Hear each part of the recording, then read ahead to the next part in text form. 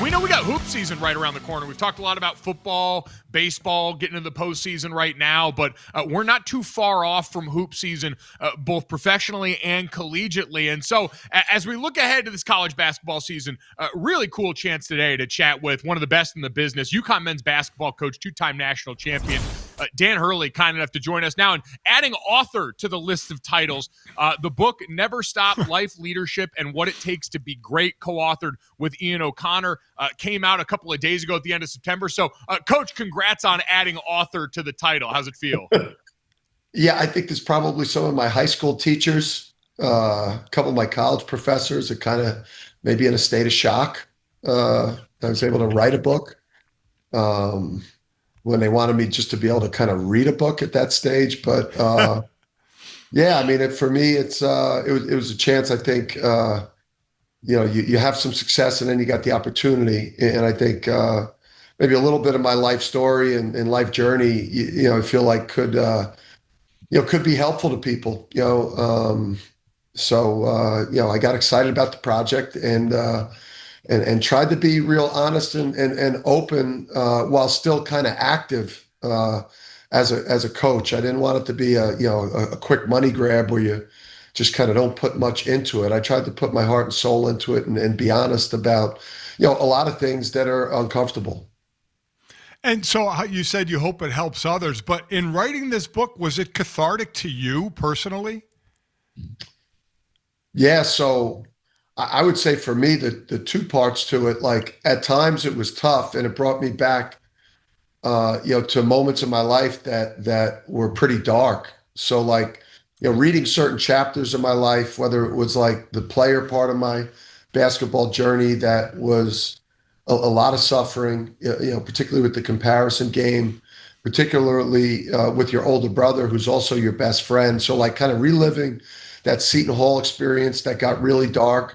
Or some moments in my coaching career when I just wasn't measuring up to the Hall of Fame father. That kind of was tough to read through, and then the multiple times that you're kind of adjusting a manuscript. But then I would say on the positive side, like I don't give myself a whole lot of time, especially with what it's like to be college basketball coach in 2025. Just kind of reading your life arc all the way through to getting to the top of the mountain gave me a chance to kind of reflect on, overall, where I've been able to get to. So, I think, both sides of the spectrum with the project.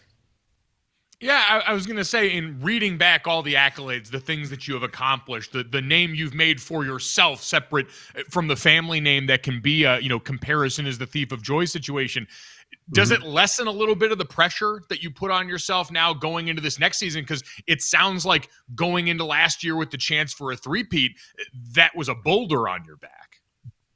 Yeah, I mean, a boulder's right back on the back. I mean, I'm as the weather's gotten cold, like that pit in your stomach, that nervous energy, that the anxiety about how the season can go, how your team's going to perform. I think for me that the championships, for the most part, were able to get the kind of the monkey off my back, relative to being able to have that success in the Hurley family, to kind of measure up, with what my brother had been able to accomplish, what my dad had been able to accomplish. But really, though, the national championships has not done anything to take away the edginess that I feel, the insecurity that I feel as a coach, that you never quite feel good enough, you never quite feel accomplished enough. Getting a third national championship right now, I have as high a level of desperation as I've ever had. You've built that program to obviously one of the best in the country, and it's been there too before that with Jim Calhoun. It's your eighth year, and the only losing record you had was your first year, 16-17. Can you talk about the conversation that you had with Jim Calhoun about the type of team that you had going forward? Yeah, so with Coach, it's well, number one, he's not the shoulder to cry on. Like if you, you don't go to his office when you're looking for, EQ, like emotional intelligence or compassion. You go to coach for a pick me up, or, like somebody that's going to inspire you to go run through a brick wall. Yeah, so I think with coach, I'm really smart with how I use my mentors. So with coach, for me it's how do I make my team tougher? How do I motivate? And I think just mentoring me as a coach throughout the year. If coach sees stuff he doesn't like from me in the media on the sideline, like I know when I get to my phone, there's going to be a message or a missed call. And he's a truth teller for me in my life, and I need those. Especially, and it's a small group of people. It's like my wife, it's my dad, it's my brother, it's Coach Calhoun. Because you tend to get a lot of yes men around you when you start to have a lot of success. Well, I know one of the other people that is an interesting resource around there on campus too is Coach Auriemma on the other side with the women's program. And I saw there was an excerpt of the book. It didn't sound like he was much of a shoulder to cry on last year either when things were hitting the fan, was he? Yeah, I mean, so Geno at times is like, we were on a long flight to Portland together to play in the Phil Knight Invitational, and we chartered together the men's and women's team. And I had just gotten a technical at the end of a game that we were up, I think, 45 or 50 points in. And I kind of went over to his seat on the airplane and said, hey, how great was that? Me picking up a technical foul with a Big East ref. I'm just planting a seed, coach. Like, how genius was that? And basically, like, you're an idiot. Like, that was one of the dumbest things you could possibly do, with an official at that point. So, yeah, I mean, Geno's another one, who mentors me. I had this, conversation early in beginning of last season after I melted down in Maui, and I was really on the brink of making things worse with my team. His intervention at a practice, just kind of getting my mind in a much better place as a coach where, you might not have a championship level team this year, but, and if that's all you're in it for as a coach is championship or bust, and you don't care about relationships and you don't care about just getting the most out of your team and being a great leader, then you should get out now because you're not going to win it every year. So, I mean, God knows you're a very intense coach. And I think, and you thought about taking a break. What stopped you from taking a break? God does know that. Yes. What you were thinking about taking a break? What stopped you from taking that break?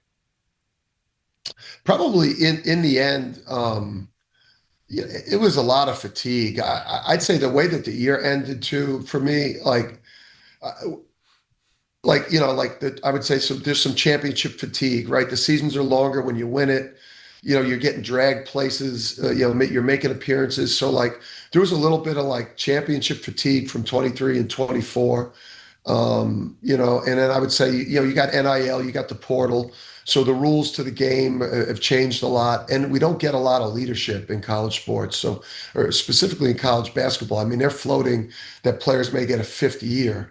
So I got guys in the team that I think may be graduating, maybe granted a fifth year, which would change, the totally complete way that we're recruiting and building the roster with high school play. So it's a little bit of chaos. But I would say for me, the way that the year ended, that Florida game, having a chance to win it, being in a position after not having the type of regular season that you wanted, but then being in a position to get to the Sweet 16 and maybe having a chance to beat the team that won it. And then I have the tunnel situation, where, I kind of end the year with one more, really bad viral moment that, took the attention away from the 2-year run that we had. It took the attention away, from how emotional I was in the press conference about my team and how much they gave and how proud I was of how we fought all year. And I brought the attention in a very negative direction to my sideline antics. So, that put me in a funk. And I'm not a victim. I did it to myself.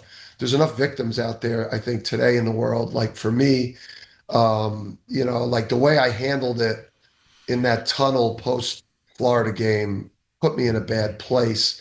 Where like I was so down on myself that I was thinking about taking a year off. Do you feel like you're in a position now where going into this year, you're prepared to handle those kind of situations differently based on having reviewed all this and kind of pouring over it with the honesty that you've talked about here? I probably haven't spent as much time I think I've got some level of self-awareness. I do think that, that there's areas that I want to get better. I think a lot of times I see old school coaches, or I'll walk through an airport or a restaurant and I'll see a hardcore sports fan or an old school coach that they tell me don't change a thing. Like we need more kind of characters or coaching characters like you that are out there, not necessarily looking at the game passively, but more so treating every game like it's a life or death battle or fist fight or struggle or octagon fight.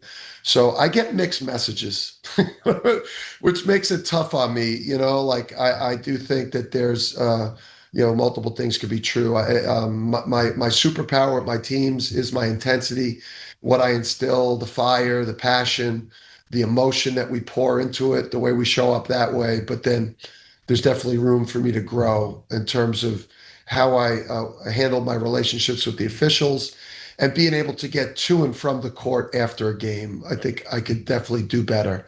But it's not that simple.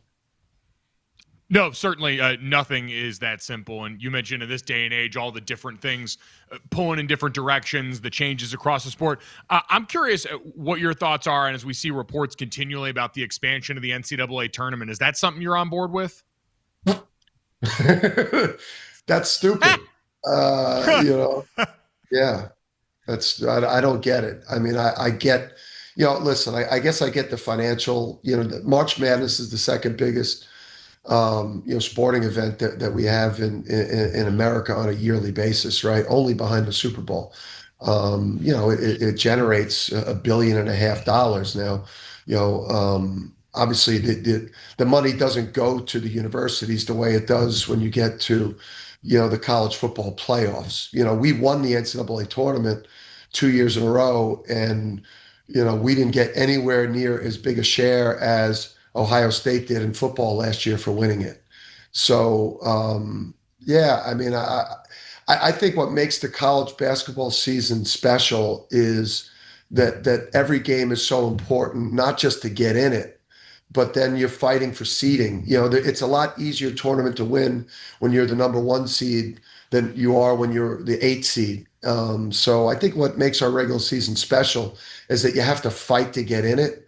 And if we expand it too much, now you don't have to fight as hard to get in it, and everyone gets in. Everyone gets a trophy, right? Everyone's getting a trophy again.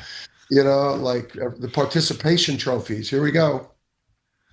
Yeah, nope, it certainly seems like it's leaning that way. I tend to be with you on this one, Coach. But again, for everybody, the book, Never Stop, Life, Leadership, and What It Takes to Be Great, co-authored with Ian O'Connor. You can get it wherever you get your books now. Coach, really appreciate the conversation. Best of luck this season, and hopefully we'll get to talk to you again down the road at some point. Thanks, guys. Thanks for letting me come on your show and just ramble. But it's great to be on with the Golics. We appreciate an awesome it. sports family. Appreciate you guys. Thanks, Coach. Thanks, Coach. Appreciate it.